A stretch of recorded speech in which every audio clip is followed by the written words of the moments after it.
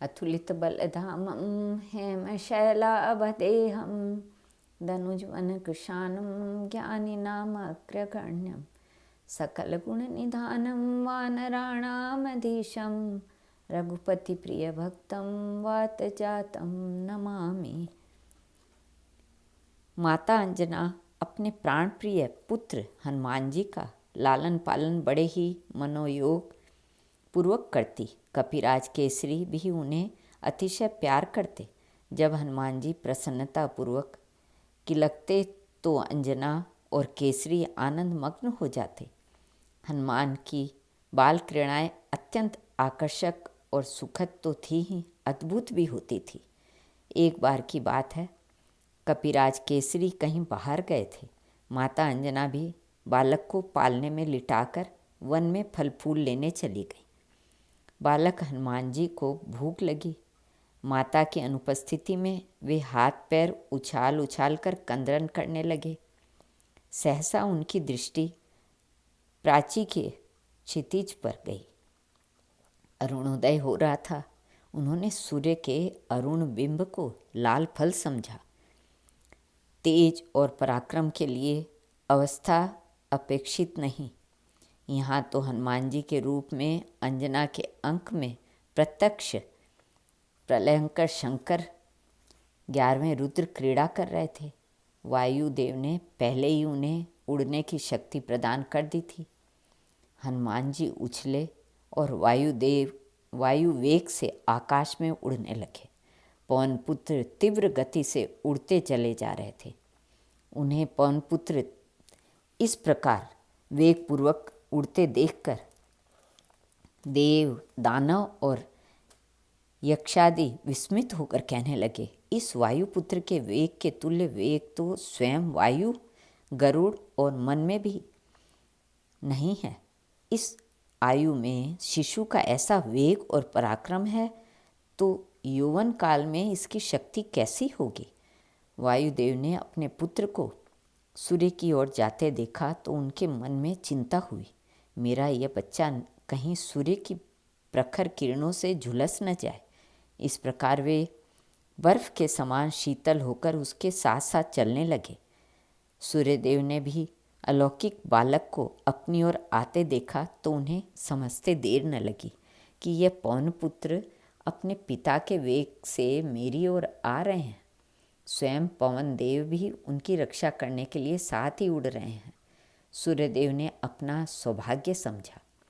आहा, स्वयं भगवान चंद्रमौली ही हनुमान जी के रूप में मुझे कृतार्थ करने के लिए पधार रहे हैं।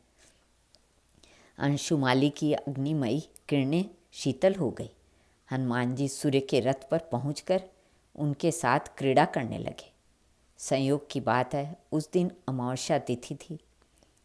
सिंह का पुत्र राहु सूर्यदेव को ग्रसने के लिए आया तो भुवन भास्कर के रथ पर बैठे हुए उस बालक को देखा। राहु बालक की चिंता न कर दिन मणि को ग्रसने के लिए आगे बढ़ा ही था कि हनुमान जी ने उसे पकड़ लिया। उसकी वज्र मुट्ठी में दबकर राहु छटपटाने लगा। वह किसी तरह प्राण बचाकर भागा। वह सीधा सुरपति इंद्र के समीप पहुंचा और उसने भौहें टेढ़ी कर क्रोध के साथ कहा, सुरेश्वर, मेरी क्षुधा निवारण करने के लिए आपने मुझे सूर्य और चंद्र को साधन के रूप में प्रदान किया था, किंतु अब आपने यह अधिकार दूसरे को किस कारण दे दिया। क्रुद्ध सिंह का पुत्र राहु की चकित करने वाली वाणी सुनकर सुरेंद्र उसका मुंह देखने लगे। उसने आगे कहा, आज पर्व के समय मैं सूर्य को ग्रसने के लिए उनके समीप गया था कि वहाँ पहले ही उपस्थित दूसरे राहु ने मुझे कसकर पकड़ लिया। मैं किसी प्रकार अपनी जान बचाकर यहाँ आया हूँ। नेत्रों में आंसू से भरे क्रुद्ध राहु की वाणी सुनकर वासव चिंतित हो उठे। वे अपने सिंहासन से उठकर खड़े हो गए और एरावत पर बैठकर घटनास्थल की ओर चले। राहु उनके आगे आगे चला। सचिपति आश्चर्यचकित हो मन ही मन सोच रहे थे, तिमरारी के समीप ऐसा कौन पराक्रमी पहुंच गया जिसके भय से सिंही का पुत्र तो प्राण बचाकर भागना पड़ा। उधर राहु बड़े वेग से सूर्य की ओर दौड़ा। उसे देखते ही हनुमान जी को भूख की स्मृति हुई। वे राहु को सुंदर भक्ष्य समझकर उस पर टूट पड़े। सुरेश्वर बचाइए बचाइए चिल्लाता हुआ राहु इंद्र की ओर भागा। सुरेंद्र राहु की रक्षा के लिए दौड़े। राहु के बच निकलने पर हनुमान जी ने ऐरावत को देखा तो उसे सुंदर सुस्वादु खाद्य समझा। वे ऐरावत पर झपटे। उस समय हनुमान जी का स्वरूप प्रज्वलित अग्नि की भांति प्रकाशित और भयानक प्रतीत हो रहा था। इंद्र डर गए। अपनी रक्षा के लिए उन्होंने बालक पर वज्र से प्रहार किया। वह हनुमान जी की बाईं ठुड्डी में लगा, जिससे उनकी हनु टूट गई और छटपटाते हुए ठुड्डी टूट गई और वे छटपटाते हुए पर्वत शिखर पर गिरकर मूर्छित हो गए। अपने प्राण प्रिय पुत्र को वज्र के आघात से छटपटाते देख वायुदेव इंद्र पर अत्यंत कुपित हुए। शक्तिशाली वायुदेव ने अपनी गति रोक दी और वे अपने पुत्र को अंक में लेकर पर्वत की गुफा में प्रविष्ट हो गए। फिर तो त्रिभुवन के समस्त प्राणियों में श्वास आदि का संचार रुक गया। उनके अंग प्रत्यंग में जोड़ टूटने लगे और वे सब के सब सूखे काठ की तरह अवसन्न हो गए। उनके सारे धर्म कर्म रुक गए। प्राण संकट से भयभीत इंद्र, देव, गंधर्व, असुर, नाग, गुहक आदि जीवन रक्षा के लिए ब्रह्मा जी के पास दौड़े। ब्रह्मा जी सबको साथ लेकर उस गिरी गुहा में पहुँचे जहाँ पवनदेव अपने पुत्र को अंक में लेकर वक्ष से सटाए दुखातिरेक से आंसू बहा रहे थे। मूर्छित हनुमान जी की सूर्य अग्नि एवं सुवर्ण के समान अंक कांति को देखकर चतुर्मुख चकित हो गए।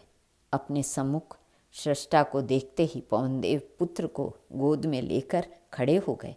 उस समय हनुमान जी के कानों में अलौकिक कुंडल हिल रहे थे। उनके मस्तक पर मुकुट, गले में हार और दिव्य अंगों पर सुवर्ण के आभूषण सुशोभित थे। पवन देवता विधाता के चरणों पर गिर पड़े।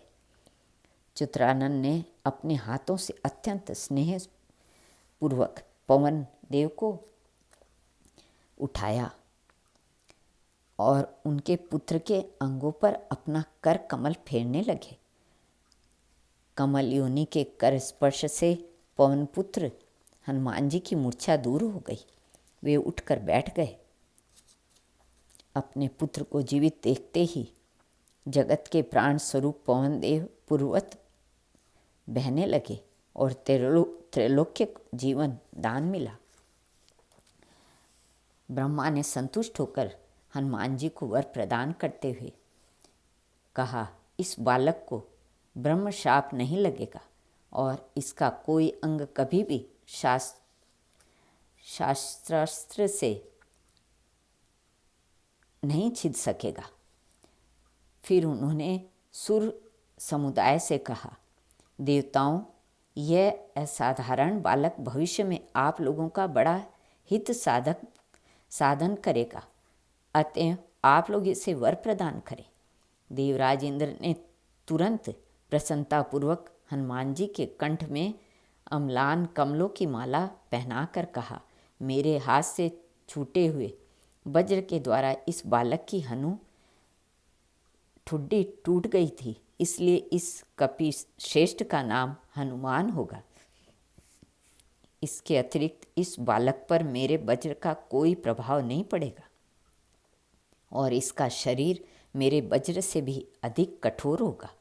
वहाँ उपस्थित सूर्यदेव ने कहा, मैं इसे अपने तेज का शतांश प्रदान करता हूँ, साथ ही समय पर इसे शिक्षा देकर शास्त्र मर्मज्ञ भी बना दूंगा। यह अद्वितीय विद्वान और वक्ता होगा। वरुण ने कहा, मेरे पाश और जल से यह बालक सदा सुरक्षित रहेगा। यमदेव बोले, यह निरोग और मेरे दंड से सदा अवध्य रहेगा। पिंगलवाण के यक्षराज कुबेर ने कहा, युद्ध में इसे कभी विषाद नहीं होगा। मेरी गदा से यह सुरक्षित तो रहेगा ही। मेरे यक्ष राक्षसों से भी कभी पराजित नहीं हो सकेगा। भगवान शंकर ने वर प्रदान किया, यह मुझसे और मेरे आयुधों से सदा अवध्य रहेगा।